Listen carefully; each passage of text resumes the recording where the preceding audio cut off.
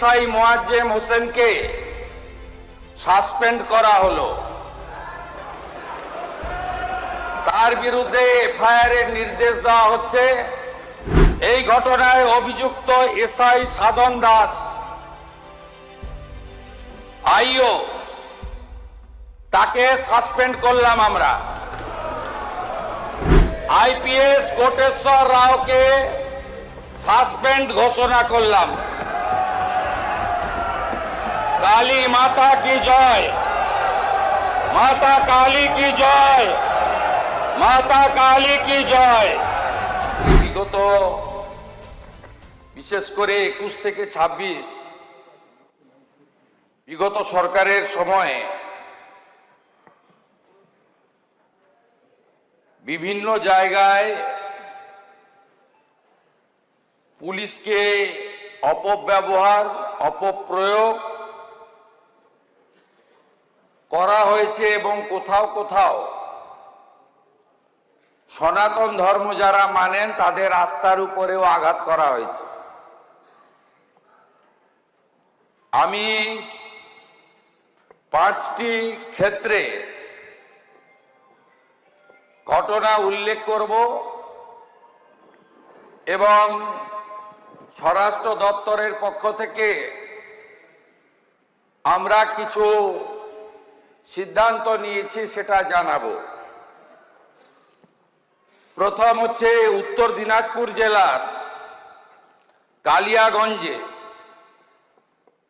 সেখানে ক্লাস 9-এর একজন ছাত্রী রাজবংশী পরিবারের, তাকে নৃশংসভাবে শারীরিক অত্যাচার করে খুন করা হয়। তার দেহ পুকুরে ভেসে ওঠে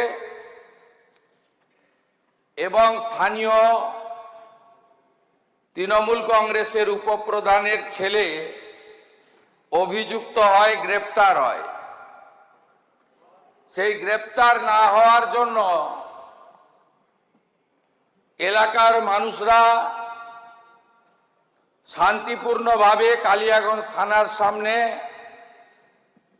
বিক্ষোভ দেখানোর জন্য জড়ো হন। পুলিশের সঙ্গে বচসা হয়। পুলিশ জোর করে রাস্তা থেকে পরিবারকে সরিয়ে দিয়ে বলপ্রয়োগ করে ওই ছোট্ট কন্যাটির দেহ টিভিতে, মিডিয়াতে, সোশ্যাল মিডিয়াতেও ভাইরাল হয়েছে। কিভাবে বিবস্ত্র অবস্থায় দেহটাকে নিয়ে গেছিল। এই আন্দোলনকারীদের বিরুদ্ধে পুলিশি ধরপাকড় চলে।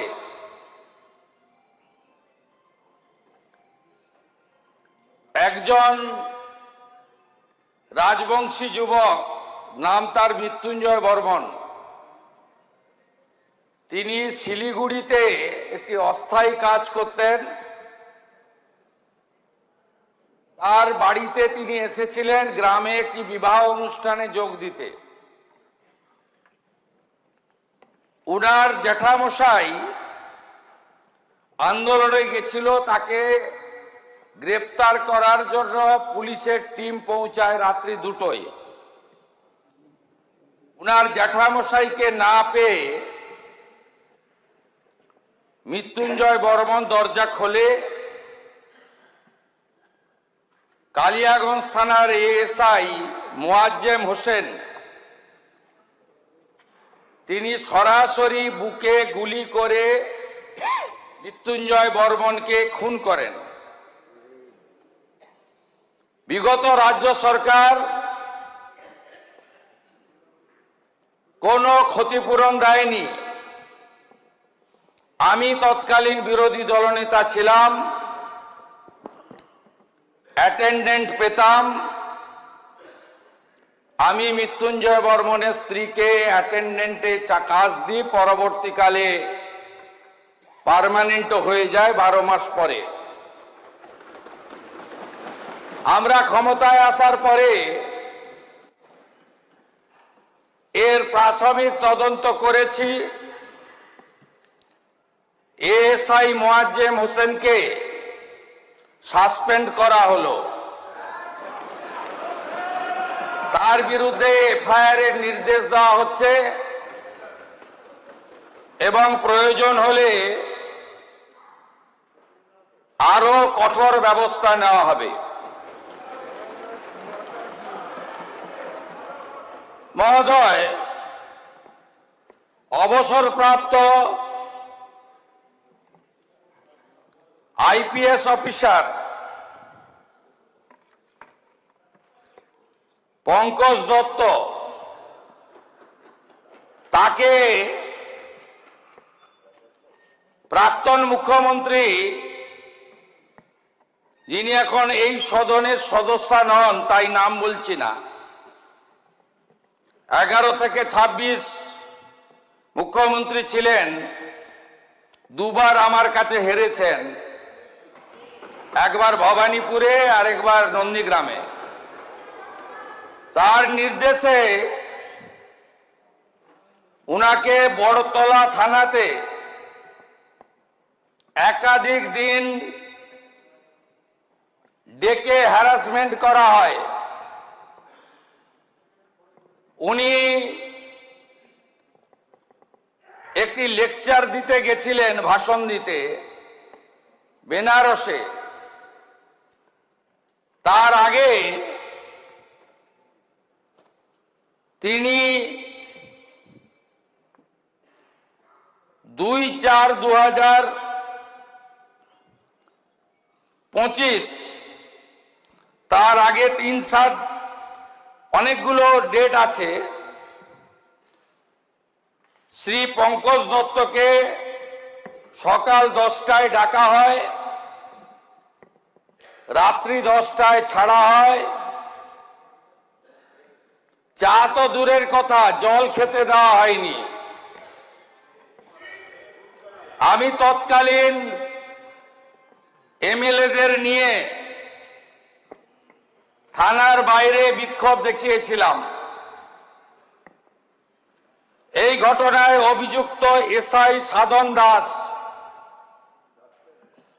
আইও, তাকে সাসপেন্ড করলাম আমরা।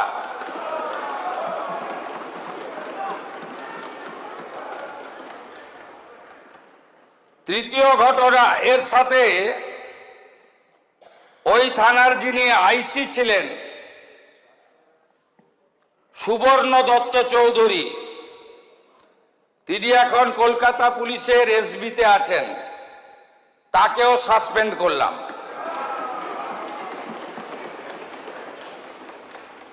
কৃষ্ণনগরে ঐতিহ্যবাহী জগদ্ধাত্রী পুজো,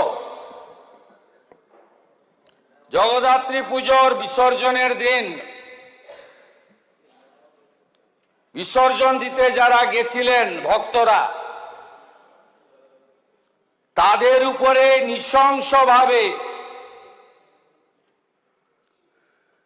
লাঠি চালানোর এবং সনাতন ধর্ম সম্পর্কে অপশব্দ প্রয়োগের জন্য ইন্সপেক্টর অমলেন্দু বিশ্বাসকে সাসপেন্ড করা হলো। তার বিরুদ্ধে ডিপার্টমেন্টাল প্রসিডিং শুরু হবে। দক্ষিণ 24 পরগনা জেলার সুন্দরবন পুলিশ জেলার কাকদ্বীপের সূর্যনগরে কালী পুজোর সময় মাতা কালীর মূর্তি ভাঙা হয়। সেই কালী মাতার মূর্তি অর্থাৎ আস্থাতে আঘাত করার জন্য এলাকার মানুষ প্রতিবাদ করেন। প্রতিবাদ অনেকক্ষণ চলে। বেলা 12টার সময় তৎকালীন সুন্দরবন জেলার পুলিশ সুপার আইপিএস কোটেশ্বর রাওর নেতৃত্বে 500 পুলিশ গিয়ে জনতাকে ছত্রভঙ্গ করে, ব্যাপক লাঠিচার্জ করে। এই পর্যন্ত নয়, ঠিক ছিল। তারপরে মাতা কালীকে প্রিজন ভ্যানে তুলে থানায় নিয়ে যায়। আইপিএস কোটেশ্বর রাওকে সাসপেন্ড ঘোষণা করলাম। কালী মাতা কি জয়, মাতা কালী কি জয়, মাতা কালী কি জয়। আমাদের ভিডিও ভালো লাগলে লাইক এবং শেয়ার করুন। কমেন্ট সেকশনে গিয়ে জানান আপনাদের মতামত। আরও ভিডিও পেতে আমাদের চ্যানেল সাবস্ক্রাইব করুন এবং প্রতি মুহূর্তে খবরের আপডেট পেতে প্রেস করুন বেল আইকন।